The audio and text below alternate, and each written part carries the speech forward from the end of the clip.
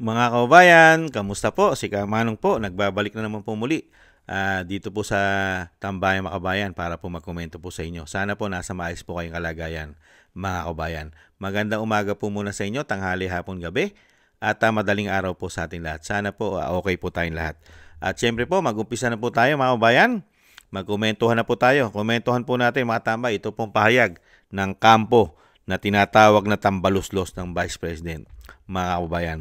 Dahil po sinasangkot po siya sa napaka-anomalya na korupsyon na mahigit 3 taon na ginawa po nila umano. Pero pagdating naman po kay Tamba, ay siya po'y malinis na malinis at wala po siyang kinalaman sa korupsyon. Kahit anong korupsyon, kahit flood control pa yan, ay malinis po ang kanyang konsyensya. Wala po siyang kinasasangkutan, mga kabayan. Pero pagdating naman po sa pera, nung panahon po niya, ay napakalalaki po na nakakalusot ng mga insertion. Daan-daang bilyon, mga kabayan. Ibang klase. Ibang klase itong mga tao na ito. At lalong-lalo pa mga tambay.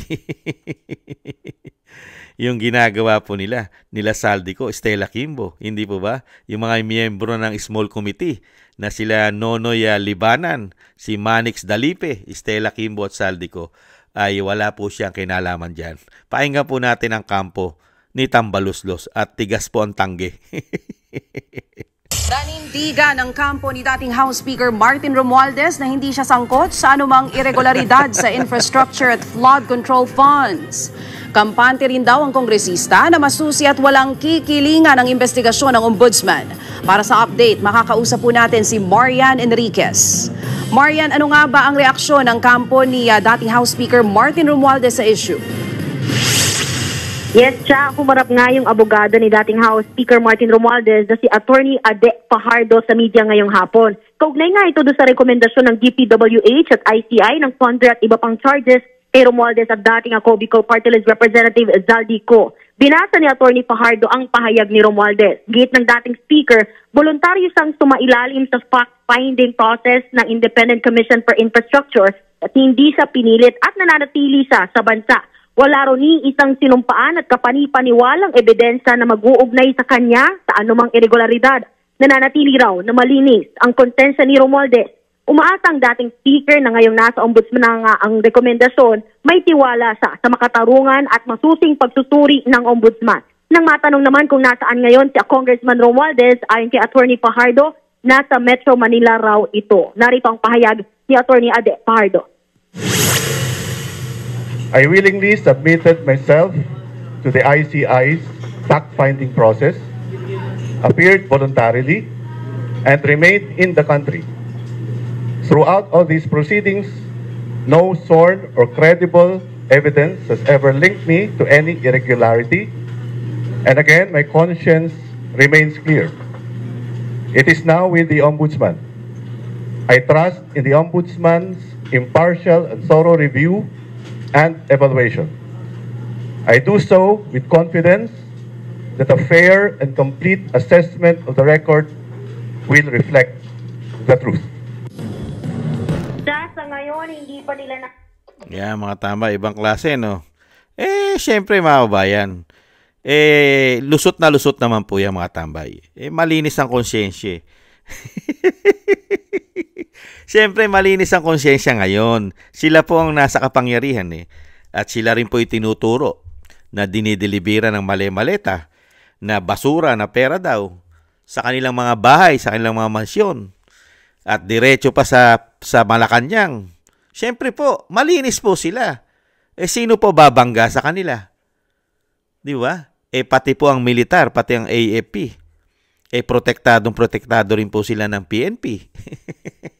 Nakita nyo po? Paano nyo po kakasuhan? Sige nga, paano nyo kakasuhan yung makapangyarihan na suportado po ng AFP at PNP? Napakahirap pong kasuhan yan. At syempre, yung mga tinalaga po sa Office of the President, katulad po ng DOJ at Ombudsman, puro po siya ang nagtalaga dyan. At yung mismong ombudsman na mag-iimbestiga po ay kabrad kabrad po sa fraternity. At kapwa niya po politiko. Matagal din po niya nakasamang politiko sa Kongreso, sa House of Representatives, ni Boying. Dahil si Boying po ay politiko. Hindi po ba? Ano po magiging investigasyon dyan? Moro-moro, Sarsuela, Hausyaw. Saka nakita naman po natin, nagpahayag po si Bonget at si Bangag na tinatawag ng kanyang kapatid. Hindi siya kasama sa kinakasuhan pa eh. si Saldico pa lang, hindi pa sila kasama, mga kabayan. Kasi pag isinama mo at pinakulong mo si Tambaluslos na tinatawag ng Vice President, madadawit na po ang pangalan ni Bangag at ni Bonget pagka yan po'y pinakulong mo. Hindi naman po papayag si Tambaluslos na hindi kasama si Bonget at si Bangag na tinatawag ng kanyang kapatid. Kasi, sasabihin po ni Tamba, siya pumirme. At baka sabihin din po ni Tamba dinilibiran din yan eh. Di ba't may issue nga ng 25% niya na 25 billion do sa 100 billion na insertion na sinasabi ni Saldico. Kaya po dito mga katambay, sayang lang po ang pera ng taong bayan, lalo-lalo po sa pag-iimbestiga na sila din po ang gumawa nitong ICI. Sila rin po ang nag-create niyan. Sila po ang bumuo ng ICI. Tapos, yun din po ang mag-iimbestiga sa kanila. At sila rin po ay tinuturo na ulo ni Saldico.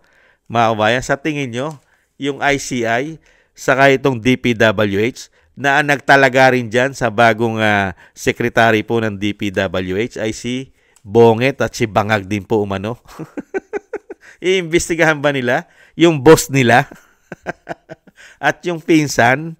Mga kabayan, makakuha lang po tayo na katarungan. Yung lagi ko po sinasabi, ang katarungan lang po na makukuha po ng taong bayan pag wala na po sila sa kapangyarihan. Lahat po sila ay may issue Kahit po si Ombudsman at dating DOJ Secretary na si Boying. Halos lahat po sila. Kaya nga po mga kabayan, kung yung lagi ko sinasabi din na kung meron pong bitay sa ating bansa, mauubos po lahat ang politiko. Konting-konti na lang po matitirang politiko sa ating bansa. Kung meron pong bitay para po sa mga magnanakaw sa ating bansa, lalo-lalo yung mga taong gobyerno, kung may bitay lang, ubos po halos yan. Maliit na porsyento lang po may iwan sa kanila, mga kabayan. At kung hindi po ang ating batas ay bendalo. Hindi po ba, mga kabayan? Pagka ang batas po natin ay hindi bendalo, na umiiral ay hindi bendalo ayon sa kanila, hindi break the law at justice delete, mahatulan po yan. Hindi po ba? Kaya lang po, sinasabi nga po natin, ang umiiral po yata sa ating bansa, ang sinasabing bend the law, break the law, at justice delete, lusot po lahat sila. Pagka ganyan pang umiiral sa ating bansa, lusot po lahat yan. Lalo-lalo po yung nasa Malacanang at yung dating speaker, mga kababayan. Kaya nga po matapang nilang napapahayag sa taong bayan na sila po'y malilinis. Malinis po ang konsensya nila, mga kabayan. Matapang na matapang.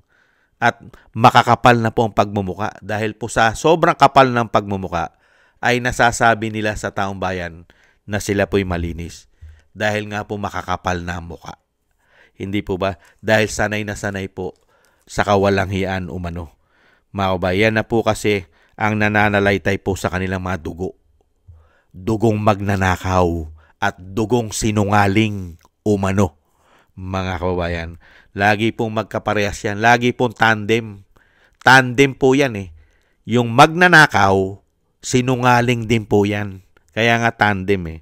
Kaya hindi kaya tandem yung magpinsan? Nagtatanong lang po si Kamanong, hindi kaya tandem din si Bonget at Bangag na tinatawag na kanya kapatid? At ito si Tambaluslos na tinatawag ng Vice President? Hindi kaya tandem? Kaya hirap na hirap po nilang imbestigahan. dahil magnanakaw at sinungaling? Hindi kaya?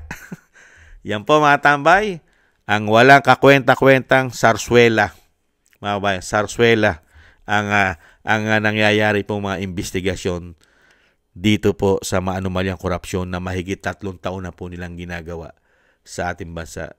Ang ating pera na ninakaw nila ay wala po. Nawala lang pong parang bula. Wala pong may kasalanan. Hindi magiging kasalanan ng dating speaker at hindi po magiging kasalanan no may accountability sa Malacanang. Wala. Nawala lang po na parang bula. Ganun lang po. At ituturo lang po yung gusto nilang ituro. Yun lang po yun, mga kabayan. Thank you po sa nagusto po natin Tambayang Mga Kabayan sa YouTube at TikTok. At ganun din po sa ating mga subscribers. Thank you po sa mga nagbibigay po ng tulong at biyaya at sa mga nagko-comment, like, share, and subscribe. Maraming salamat po. At ingat-ingat po tayong lahat. At konting tiis lang po, mga kabayan. Konting tiis lang po dahil hindi naman po sila magtatagal ng panghabang buhay ang mga hayop na yan. Lalo po sa ginagawa po nila sa ating bansa na puro pagnanakaw ang issue nila at pamumulitika. Hindi naman po ipahihintulot po ng may kapal yan, mga kabayan, ang mga kademonyohan po nila ng panghabang buhay. Ingat-ingat po tayo. Paalam po muna. Bye-bye.